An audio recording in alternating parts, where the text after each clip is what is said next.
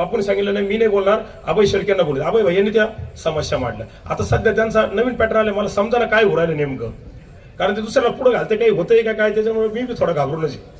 ते साधन कमलं भाऊ तुम्ही पुढे व्हा, अभय भैया तुम्ही पुढे व्हा, भगीरथ भाऊ तुम्ही पुढे व्हा, विजू भाऊ तुम्ही पुढे. तेव्हा बापूच्या माझ्या 36 आकडा, आम्ही दोघं समोर समोर. आता बी थोडं थोडं जमतं. बापूचं कसं आहे, आता भाऊ तुमचं आमचं जमत नव्हतं हे ठीक आहे, पण जमून का बरं घेतलं? जसं जसं वय वाढतं माणसाचं तसं तसं जमून घेतलं. मला माहिती आहे तुम्ही स्पर्धेची घोडी नाही आहे, त्याच्यामुळे मी तुमच्या सगळं जमून घेतलं. राहिले ते 2 घोडे, ते 2 घोड्यांचं आपल्याला माहिती आहे काय कुठं पाय त्यांना आडवं करायचं, त्याच्यामुळे ते विषय नाही. खरा घोडा रेचा घोडा होता तर कमलाकर होते, त्याच्यामुळे त्यांना जिल्हाध्यक्ष पद भेटलंय. आता जिल्हाध्यक्षाच्या पुढे त्यांना जायचं. याचा अर्थ का बरं मी मुद्दा म्हणतो, कारण काही पैसे द्यायचे ते म्हणले पाहिजे देऊन का काही देऊ नका म्हणून सभापती झाले. आणि अनेक प्रकारच्या घटना घडतात. कोणाला तरी इथं आम्ही प्रोत्साहन दिलं तर पुढचा कोणतरी नेता काहीतरी करतो. आम्ही लोक आहे ते जमलेले आणि मी म्हणत सदाशिव लोखंडे साहेबांना निवडून द्या, सदाशिव लोखंडे साहेबांना निवडून द्या.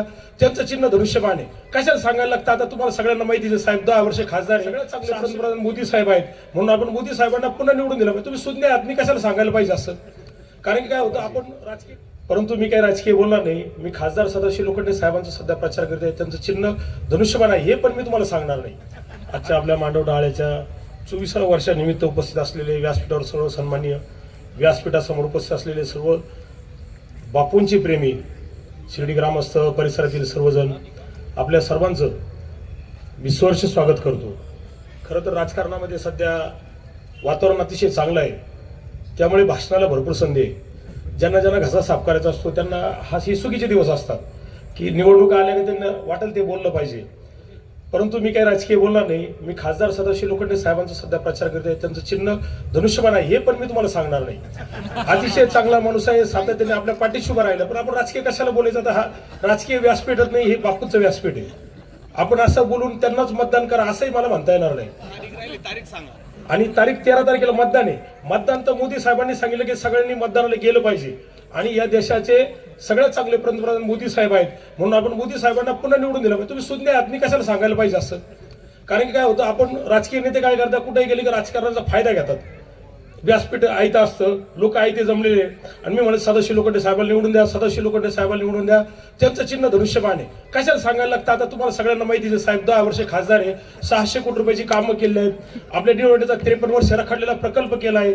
बापूचा आणि लोखंडे साहेबाची एकदम जीवाभावाची मैत्री आहे. बापूने तुम्हाला जेवायला बोलले, त्यामध्ये तुम्ही बापू पण म्हणणारच आहे की धनुष्यबाणला मतदान करा. मी म्हणले काय होईल, काही याच्यात राजकारण येईल का कमलाकर राजकीय बोलतो म्हणून, पण मला राजकारण बोलायचंच नाही आज. कारण की हा सामुदायिक सोहळ्याचा कार्यक्रम नाही, बोलायचं मी ठरवले. मी आता माझ्या शेजारी डॉक्टर गुंजाळ बसले, मी त्यांना सांगितलं डॉक्टर मालवले तू राजकीय बोलणार का? मी डॉक्टर साहेब मी अजिबात राजकारण बोलणार नाही. लोखंडे साहेब किती चांगले हे सगळ्या शिर्डीकरांना माहिती, पण मी कशाला सांगायला पाहिजे? रोजचा शिर्डीकरांना त्यांना सांगतो दादा हो तुमच्या हॉटेलला रोज यायचे. मी बापूंच्या काकींचे खरखर धन्यवाद व्यक्त करतो. गेल्या 24 वर्षात मी मागच्या वर्षी पण एक गोष्ट सांगितली होती, एखादी गोष्ट सातत्याने करणे, सलग 24 वर्ष करणे. 24 वर्ष सातत्याने एक यज्ञ चालवणं भल्या भल्यांना शक्य होते. कधी मोठी संस्था पाठीमागं पाहिजे, कारखाना पाहिजे, शिक्षण संस्था पाहिजे, मोठं काहीतरी डामडौल पाहिजे आणि त्याच्याकडे यंत्रणा पाहिजे, ती लोक सामुदायिक विवाह सोहळा करू शकतात. परंतु बापूंनी 24 वर्ष, काकी आणि बापू 24 वर्षापासून एकच काम करतायत. अनेक मुलींचे त्यांनी संसार उभे केले, अनेक आईबाप आत्महत्येपासून वाचवले, अनेक लोकांना कर्जबाजारी होण्यापासून वाचवलं. आता काही लोकांचा ट्रेड कसा असतो की तुम्ही पैसे घ्या, मोठं लग्न करा. त्या भावंदाने असं केलं म्हणून तू तसं कर. बापू त्यांना सांगतात की तुम्ही असं करू नका, स्पर्धा करू नका, वावरं विकू नका, आपल्यावर कर्ज काढू नका आणि सामुदायिक विवाह सोहळ्यात लग्न करा. यामुळे अनेक लोकांना त्याचा फायदा झाला. जसं आता विजू भाऊनी सांगितलं, मंगेश भाऊनी सांगितलं की 24 वर्ष झाली या विवाह सोहळ्याला. आता त्यांचे मुलं काही झाले का लग्न त्याच्यामध्ये रिपीट? आपल्याकडे ज्यांचं सामुदायिक मध्ये लग्न झालं 24 वर्षापूर्वी त्यांच्या मुलांचे लग्न होतील आता त्याच्यामध्ये, आणि ते झाले. मी बापू तुमच्या मनापासून आभार मानतो. मी 2-3 घटना सांगेल की बापूंना प्रत्येक गोष्टीची चिंता असते की आपण शिर्डीची घरपट्टी वाढली, बापूंनी सांगितलं आम्ही सत्तेत आहे, आम्ही काही करू शकत नाही, तुम्हाला काय करायचं तुम्ही करा. मग आम्ही त्याचं आंदोलन उभं केलं, बापूंनी मदत केली, मग पुन्हा आम्ही एकत्र झालो आणि घरपट्टी कमी करून घेतली. हा सर्वसामान्य आपल्याला जाणवणार नाही. सर्वसामान्य माणसाच्या जेव्हा घर 3,000, 5,000, 10,000 घरपट्टी तेव्हा ते जाणवतं. शिर्डीचा सप्ताह होता. शिर्डीचा सप्ताह होत असताना आमच्यात मतभेद झाले, बापूचा आमचा मोठा संघर्ष झाला. परंतु बापूंनी सांगितलं हा साईबाबांच्या समाधी वर्षी त्याला गालबोट लागतं का म्हणे, सर्व शिर्डीकरांनी एकत्र झालं पाहिजे. या ठिकाणी बसलेले सगळे शिर्डीकर सगळ्यांनी मोठ्या प्रमाणात त्याला मदत केली. 2018 साली साहेबांच्या समाधीला 100 वर्षे पूर्ण झाली आणि गंगागिरी महाराजांच्या सप्त्याला 171 वर्ष पूर्ण झाली. आणि त्या सप्त्यामध्ये तुम्हाला माहिती म्हणून सांगतो, त्याचे सगळं जी उभारणी होती ती कैलास बापूंनी केली. त्यांनी सांगितलं, तुम्ही तुकाराम पाटील कोणकर अध्यक्ष, आमची काही हरकत नाही, तुम्ही सप्ताह करा, आम्ही उभे राहू, आमच्या अडचणी आहेत, आम्ही अडचणी बाजूला ठेवू, परंतु शिर्डी गावासाठी. स्वर्गीय पतिकराव शेळके पण यातून गेले. स्वर्गीय पतिकराव शेळकेंवर माझे बऱ्याच वेळेस वाद व्हायचे, परंतु त्यांनी सांगितलं गावासाठी आपण एकत्र पाहिजे, या शिर्डीसाठी एकत्र राहिलं पाहिजे, शिर्डीचा साई भक्त सुरक्षित राहिला पाहिजे. आता मला बरेच लोक भेटतात, रामनवमीला गर्दी कमी झाली, लोक आहेत घरी गेले. तुम्हाला माहिती म्हणून सांगतो, तुम्ही निगेटिव्ह चर्चा जेव्हा करता तुम्ही त्याची प्लस पॉईंट सुद्धा बघत नाही. प्रत्येक वेळेस आपण खालीवर होत असतो. शिर्डीचं वैभव चंद्र सूर्य असेपर्यंत कधी कमी होऊ शकत नाही, कारण की साईबाबांची महिमा इतका मोठा आहे. प्रभू रामचंद्राला हिंदू धर्मात सगळे लोक जातात. जसं मुस्लिम समाजाचे लोक सांगतात की आपल्याला मक्का मदिनाला गेलं पाहिजे, ख्रिश्चन समाजामुळे लोक सांगतात वेटंगल सिटीला गेलं पाहिजे, तसं हिंदू धर्मात काशीला नाही गेलं पाहिजे. तो दैवत आहे. आणि आत्ताच प्रभू रामचंद्राचं मंदिर माननीय नरेंद्र मोदी साहेबांनी एवढं भव्य दिवळे बांधलं, तर त्या दर्शनाला गेलं नाही तर काय काय केलं आपण जीवनामध्ये. 550 वर्षांनी असा प्रसंग आलेला आहे की प्रत्येक हिंदू धर्माच्या मनामध्ये, हिंदू धर्मियांच्या मनामध्ये अभिमानाची भावना असली पाहिजे, प्रत्येकाच्या मनात गर्व असला पाहिजे. आपण सगळ्यांनी घराघरामध्ये प्रभू रामचंद्राचं नामस्मरण केलं आणि त्या दिवशी आपण प्रभू रामचंद्रांच्या मंदिराचं उद्घाटन झालं, प्रत्येकाच्या घरात दिवाळी साजरी झाली. मोदी साहेबांनी एवढं चांगलं काम केलं, तर आपण ह्या रामनवमीला प्रभू रामचंद्राच्या दर्शनाला गेलं असं तर वाईट काय त्याच्यात. सगळं शिर्डीलाच यावं, सगळं डबल शिर्डीलाच यावं. शिर्डीच्या काही लोकांनी शिर्डीच्या नावाखाली शिर्डी साई भक्ताला लुटावं, शिर्डीची बातमी असं काही नाही. जसं आता बरेच लोक शेतकरी, आमचे मामा भाऊसाहेब पाटील कातुरे पाठीमाग बसले, आपण वावराला भेगा पडतात, आपण काय म्हणतो तात्या त्याला, भेगाळ जमीन. जमीन का भेगाळती? कारण तिच्यामध्ये ऑक्सिजन जावा लागतो, ती चांगली पिकावी म्हणून दुष्काळ पडत असतो. तुम्हाला काही लोकांना वाटतं की दुष्काळ आपल्यासाठी अनिष्ट आहे, दुष्काळ सुद्धा सकारात्मक घ्यावा लागतो. सातत्याने जर जमिनीमध्ये पाणी जिरलं तर ती जमीन नापीक होते. म्हणून निसर्गाने व्यवस्था केली की तिच्यात भेगा पडतात, तिचा ऑक्सिजन जातो आणि ती जमीन पिकाऊ राहते. तसंच शिर्डीला गर्दी कमी जास्त झाली पाहिजे. एक टप्पा असा होता 2004 पूर्वी की साई भक्ताला मारहाण व्हायची. शेजूर व्यवसाय बरोबर आहे, साई भक्तांनी जर दुकानापुढे गाडी लावली तर त्याला मारहाण व्हायची. आज आपण प्रयत्न करतोय, सातत्याने प्रयत्न करतो. बापू आहेत, अनेक लोक आहेत, भरपूर लोक आहेत, म्हणजे माझं त्यांचं जमत नसेल पण भरपूर लोक आहे की साई भक्ताचा सन्मान केला पाहिजे, साई भक्ताशी चांगलं वागलं पाहिजे. जेव्हापासून बापू नगराध्यक्ष आले सातत्याने आपण प्रयत्न करीत राहिलो, शिर्डी स्वच्छ झाली पाहिजे, शिर्डी स्वच्छ झाली पाहिजे. शिर्डीचा जो फिल्टर प्लांट आहे, माझ्या घराच्या पाठीमागे असल्यामुळे मला माहिती आहे, महाराष्ट्रातून लोक शिर्डीचा फिल्टर प्लांट पाहिला. हे फक्त शिर्डीचा सक्सेस आहे, शिर्डीचा कचरा डेपो सक्सेस आहे. तुम्ही शिर्डीच्या कचरा डेपोला अवश्य भेट द्या. शिर्डीचा कचरा डेपो झाडला जातो. हे कैलास बापूंनी आणि काकीनी हे 12.5 वर्षापूर्वी 2000ला मी जेव्हा निवडून आलो, मी स्वच्छतेचा पहिला सभापती होतो. जसे बापू प्रथम नगराध्यक्ष होते, तसा प्रथम मी स्वच्छतेचा बांधकाम त्या स्वच्छता समितीचा सभापती होतो. आणि पहिला राजीनामा देणारा, प्रथम राजीनामा देणारा मीच होतो. तेव्हा बापूच्या माझ्या 36 आकडा, आम्ही दोघं समोर समोर. आता मी थोडं थोडं जमतं. बापूचं कसं आहे, आता सध्या त्यांनी बऱ्यापैकी रिवाज टाकले, ते प्रत्येकाला म्हणतात तू पुढं हो, तू पुढं हो. त्यादिवशी माननीय मुख्यमंत्री एकनाथ शिंदे साहेबांनी शिर्डीकरांची बैठक बोलवली. शिर्डीकरांच्या काही समस्या होत्या. बापूंना सांगितलं की शिर्डीकरांच्या वतीने खासदार सदाशिव लोखंडे साहेबांनी सांगितलं की साहेब बापू तुम्ही बोला. बापूंनी सांगितलं नाही मी नाही बोलणार, अभय शेळकेंना बोलले. अभय भैयांनी त्या समस्या मांडल्या. आता सध्या त्यांचा नवीन पॅटर्न आले, मला समजायला काय हो राहिलं नेमकं, कारण ते दुसऱ्याला पुढे घालते, काही होतंय का काय, त्याच्यामुळे मी बी थोडा घाबरूनच आहे. साधन कमलं भाऊ तुम्ही पुढं व्हा, अभय भैया तुम्ही पुढं व्हा, भगीरथ भाऊ तुम्ही पुढं व्हा, विजू भाऊ तुम्ही पुढं व्हा. काय होतं काय घडण काही सांगता येत नाही. तर हा जो विवाह सोहळा आहे, आपण सगळे शिर्डीमध्ये बहुतेक लोकांना, मी गरिबी ही व्याख्या मानत नाही, म्हणजे मी चेष्टा करीत नाही गरिबीची, पण गरिबीची व्याख्या काय असते की एक टाइम जेवायला नाही, त्याच्या घरात काही नाही. आता मला सांगा, गरीबाच्या घरात सुद्धा कलर टीव्ही, प्रत्येकाचा जो अँड्रॉइड मोबाईल आहे, प्रत्येकाकडे 2 व्हीलर 4 व्हीलर आहे. आणि अशी काही गरिबीची व्याख्या नाही का. आता चैनीच्या वस्तू वापरतो म्हणजे त्याची ऐपत आहे ना तेवढी सांभाळण्याची. तर प्रत्येकाकडे पैसा आहे, लहान छोट्या मोठ्या प्रमाणात सगळ्यांकडे पैसा आहे, परंतु कोणी खर्च करायचा आणि कुठं खर्च करायचा ही मोठी गोष्ट असते. जेव्हा आपल्याकडे पैसा येतो तो खर्च करण्याची दानत सुद्धा असली पाहिजे. ती कैलास बापू कोतेंमध्ये या विवाह सोहळ्यामध्ये गेल्या 24 वर्षापासून ते खर्च करतायत. आणि त्या कुटुंबाकडून कोते परिवार, त्यांचे बंधू आहेत सगळे, त्यांना सहकार्य करतात. मी काकीचे बापूचे आभार मानतो. आणि येत्या 13 तारखेला धनुष्यबाणाला मतदान करा, लोकांनी विजयी करा अशी विनंती करू. जय हिंद, जय महाराष्ट्र. गेल्या 24 वर्षापासून हा सर्वधर्मीय सामुदायिक विवाह सोहळा शिर्डीमध्ये चालू होत असताना आज सामुदायिक विवाह सोहळ्याला उद्या 24 वर्ष पूर्ण होत आहे, याचा सार्थ अभिमान तुम्हाला आणि आम्हाला दोघांना पण आहे. बाबांच्या नगरीमधून सबका मालिक एक संदेश देताना या सामुदायिक विवाह सोहळ्याची चळवळ 2001 मध्ये सुरुवात केली आणि कोविडच्या काळामध्ये सुद्धा घरापाशी असलेलं शिवमंदिर आणि साईप्रसाद अपार्टमेंटमध्ये कोविडच्या काळामध्ये सुद्धा सामुदायिक विवाह सोहळ्याचं आयोजन केलं आणि बोलता बोलता या सामुदायिक विवाह सोहळ्याला उद्या 24 वर्ष पूर्ण होत आहे, याचा सार्थ अभिमान मला आणि आपल्या सिडीकरांना. आणि हे सगळं काम करीत असताना यामध्ये बाबांचे आशीर्वाद, आईवडिलांची कृपा आणि आपल्या सिडीकरांची आणि परिसराच्या मित्रपरिवाराची सगळ्यांची साथ, त्यामुळे हा कार्यक्रम यशस्वी होऊ शकला. या सामुदायिक विवाह सोहळ्यामध्ये कालपर्यंत 23 वर्षामध्ये 2223 आणि आता साधारण 41 म्हणजे जवळजवळ 2271 मुलींचे लग्न आपण 24 वर्षामध्ये लावले, याचा पण अभिमान आपल्या सगळ्यांना. आणि हे सगळं होत असताना मला एक सातत्याने आपल्याला सांगायचं आहे का या सर्व धर्म सामुदायिक विवाह सोहळ्यामध्ये मुस्लिम समाज असेल, आंतरजातीय विवाह असतील, बौद्ध विवाह असतील, हे सगळं आणि आपल्या हिंदू संस्कृतीप्रमाणे जे विवाह आहे ते पार पडण्याचं काम आपण सातत्याने या 23 आणि उद्याच्या 24 वर्षामध्ये पार पडणार आहे.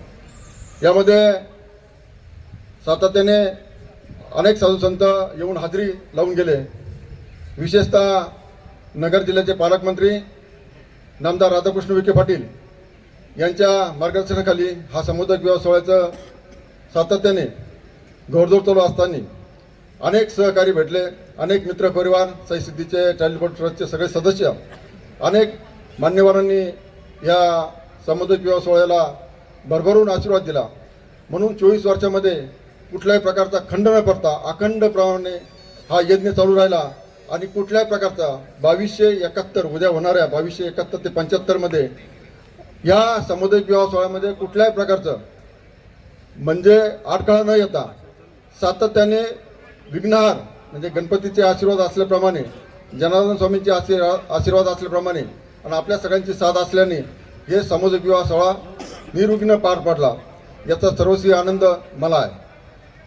या सामुदायिक विवाह सोहळ्यामध्ये उद्या सुद्धा महाराष्ट्र राज्याचे पालक नेते आणि आपल्या नगर जिल्ह्याचे पालकमंत्री राधाकृष्ण विखे पाटील आहे, त्याचबरोबर उद्धव महाराज आहे, काशीनाथ महाराज आहे, रमेशगिरी महाराज आहे, त्याचबरोबर आनंद वास्तूचे आनंद पिंपळगावकर हे उद्या या कार्यक्रमाला उपस्थित राहणार आहे. अनेक साधू संत उपस्थित राहणार आहे.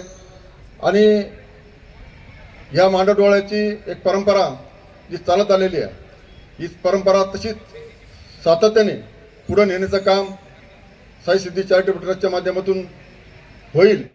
आणि हा सामुदायिक विवाह सोहळा सातत्याने नगर जिल्हा नाही, महाराष्ट्र नाही, पण महाराष्ट्राच्या पलीकडे नेण्याचं काम खऱ्या अर्थाने जर कोणी केलं असेल तर प्रिंट आणि इलेक्ट्रॉनिक मीडियाने केलेलं आहे.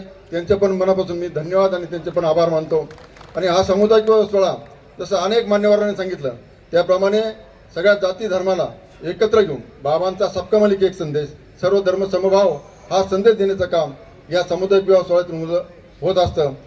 हुंडा बळीच्या संदर्भात किंवा पर्यावरण संदर्भात, वृक्ष लागवडीच्या संदर्भात आणि मुलगा का मुलगी याचा भेदभाव न करता अनेक प्रकारचे संदेश या सामुदायिक विवाह सोहळ्यातून दिलेले आहेत. आणि मला विशेष मागच्या वर्षी आपल्या सामुदायिक विवाह सोहळ्यामध्ये 1-2 वर्षापूर्वी का ज्यांनी 2001 मध्ये लग्न केले त्याच नवरदेव नवरींच्या मुलाचे लग्न या सामुदायिक विवाह सोहळ्यामध्ये तो विशेष आनंद मला झालेला. कारण हा सातत्याने 24 वर्ष काम करणं हे सगळ्या आपल्या आशीर्वादाने होत आहे, बाबांच्या कृपेने होत आहे, हे मला ज्ञात आहे. म्हणून आता कमलकर भाऊंनी सांगितलं, बऱ्याच मान्यवरांनी सांगितलं, खरं म्हणजे अयोध्यामध्ये मागच्या 2 महिन्यापूर्वी रामाचं मंदिर, श्रीराम प्रभूचं मंदिर झालं आणि त्या प्रभू रामचंद्राच्या मंदिरामुळं शिर्डीमध्ये काही अंशी गर्दी कमी झाली. त्याच्यामुळं फार चिंता करायचं कारण नाही. जसं कमलकर भाऊंनी सांगितलं का गर्दीमध्ये थोडं जाय चालू राहते, त्याप्रमाणे बाबांच्या दानपेटीमध्ये कुठल्याही प्रकारचा दान कमी झालेलं नाही आहे, ते सातत्याने वाढतंय, गर्दी कमी झाली आहे. त्यामध्ये उन्हाळ्याचा मध्यंतरी शाळेचा सुट्ट्या लागल्या नव्हत्या, शाळा सुरू होत्या, अनेक प्रकारच्या व्यत्ययामुळं सिटीमध्ये थोडीफार कमी जास्त प्रमाणात गर्दी झाली होती. पण मला या निमित्ताने सांगायचं होतं, आजही पण आपल्या सगळ्यांच्या विनंतीला मान देऊन या मतदारसंघाचे लोकप्रतिनिधी म्हणजे होणारे उद्याचे खासदार आदरणीय सदाशिव लोखंडे साहेब येणार होते, पण काही वेळ अगोदर ते येऊ शकले नाही, पण काही वेळात येतील.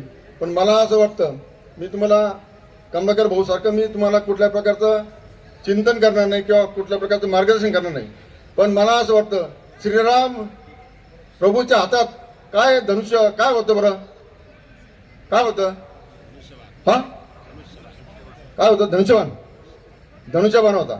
आता किती सोपं काम बरं, श्रीरामचंद्र प्रभूच्या हातामध्ये काय होतं, राजू भाऊ चौधरी काय होतं, अरे काय होतं सांगितलं ना, काय होतं बरं,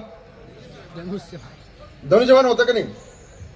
तसं श्रीरामचंद्र प्रभूच्या हातामध्ये धनुष्यबाण असल्यामुळे उद्या भविष्यकाळामध्ये मी आता म्हणायला नको, पण मला असं वाटतं का आपला सुद्धा उद्या धनुष्यबाण घेऊन सदाशिव लोखंडे साहेबांना पार करायचं एवढी मला तुम्हाला विनंती करायची आहे. आणि कराल. आता सतीश भाऊ आहे इथं, नवनाथ दिघे आहे, प्रमोदजी आहे रे, आणखी काही पत्रकार बसले, हे कुठल्याही प्रकारचा चौकट करू नका, उल्लेख करू नका. आम्ही काय त्यांचा प्रचार करीत नाही किंवा करायचं काही काम नाही, पण आपले हा काय म्हणलं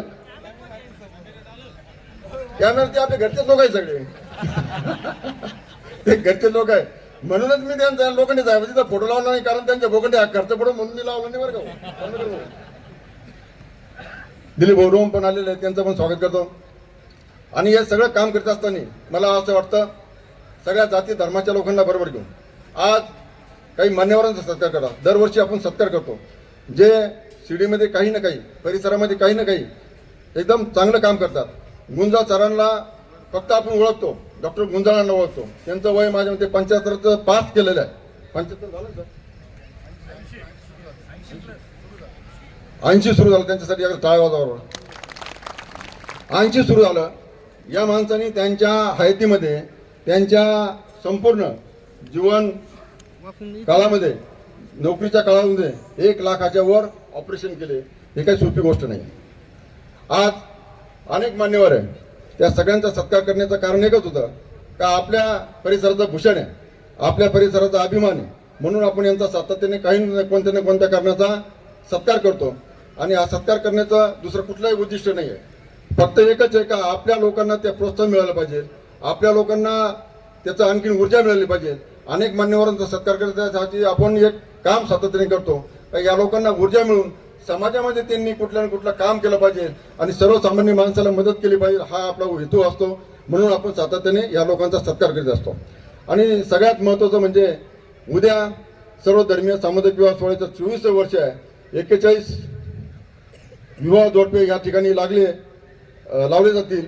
त्यामध्ये बौद्धाचे 7 आहे, उर्वरित बाकीचे हिंदू पद्धतीने ते सामुदायिक विवाह सोहळ्यामध्ये लग्न लावले जातील.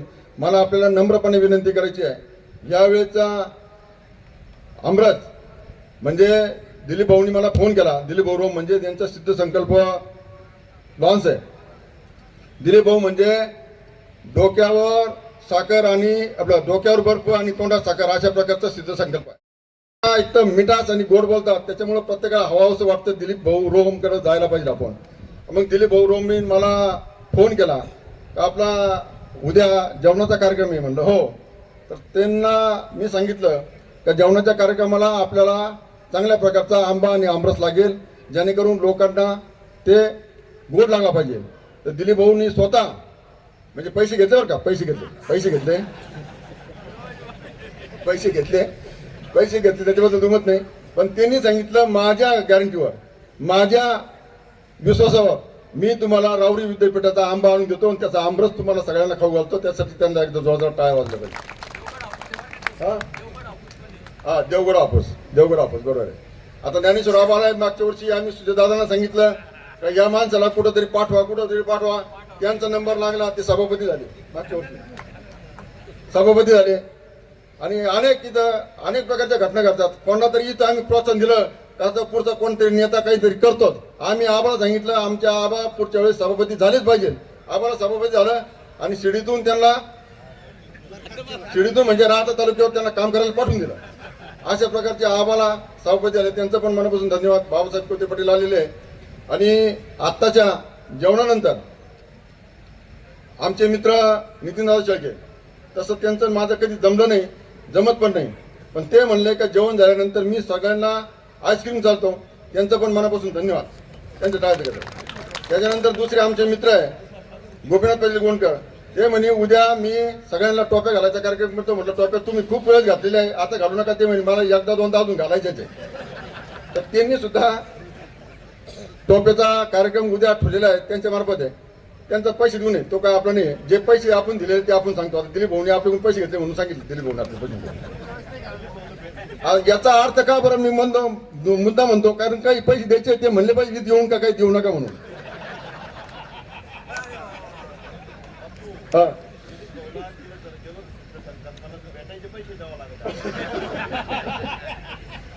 भाऊ म्हणले का दिलीप भाऊला तिला भेटताना सुद्धा भेटायचे सुद्धा पैसे द्यायला लागतात. नाही, पण त्यांचा आपला मराठी उद्योजक आहे, मराठी लोकांमध्ये खास काम करणारा आणि सगळ्या प्रकारचं म्हणजे डॉक्टर गोंडकर साहेब पण असतील, पण दिलीप भाऊचं लॉन्च चालवणारा आज मराठी उद्योजक म्हणून जे महाराष्ट्रभर नाव आहे, त्याबद्दल दिलीप भाऊचं मनापासून आपण कौतुक करतो, केलं पाहिजे. मनापासून त्यांचं टाळ्यांच्या गजरामध्ये स्वागत केलं पाहिजे. शेवटी व्यवसाय करताना तेवढं गोडपणा, तेवढं लोकांसंग अटॅचमेंट आणि ती बोलण्याची जी कला आहे ती दिलीप भाऊला अवगत आहे. त्याबद्दल त्यांना मनापासून शुभेच्छा. आलेल्या सगळ्या मान्यवरांचा, व्यासपीठावरचे सगळे मान्यवर, ज्यांचा सत्कार झाला ते सगळे मान्यवर, आमच्या ताई आल्या त्या नगर सरपंच ताई, त्यांचं पण मनापासून स्वागत करतो. उपस्थित सगळ्या मान्यवरांचं मनापासून स्वागत करतो. आपण आलात, आपल्या व्हॉट्सअपवर ऑफिसवरून शफीक आणि आणखीन गडाख, आणखीन भैया यांनी दोघा तिघांनी काही मेसेज पाठवले आणि आपल्याला फोनद्वारे काही फोन करून आपल्याला बोलवलं, त्याबद्दल आपण शब्दाखातीर इथपर्यंत आलात आणि कार्यक्रमाची शोभा वाढवली, त्याबद्दल सगळ्या मान्यवरांचं मनापासून स्वागत करतो. आणि कमलाकर भाऊंना विनंती करतो, कमलाकर भाऊ म्हणजे आता शेवटच्या टप्प्यात आलो सांगण्याची. कमलाकर भाऊ, तुमचं आमचं जमत नव्हतं हे ठीक आहे, पण जमून का बरं घेतलं? जसं जसं वय वाढतं माणसाचं तसं तसं जमून घेतलं. मला माहिती आहे तुम्ही स्पर्धेची घोडी नाही आहे, त्याच्यामुळं मी तुमच्या सगळं जमून घेतलं. त्याच्यामुळं तुमचं घेऊन राहिले ते दोन घोडे, तर ते दोन घोड्यांचं आपल्याला माहिती आहे काय कुठं पाय त्यांना आडवं करायचं, त्याच्यामुळे ते विषय नाही. खरा घोडा रेतचा घोडा होता तर कमलाकर होते, त्याच्यामुळे त्यांना जिल्हाध्यक्ष पद भेटलंय. आता जिल्हाध्यक्षाच्या पुढे त्यांना जायचं नाही वाटत.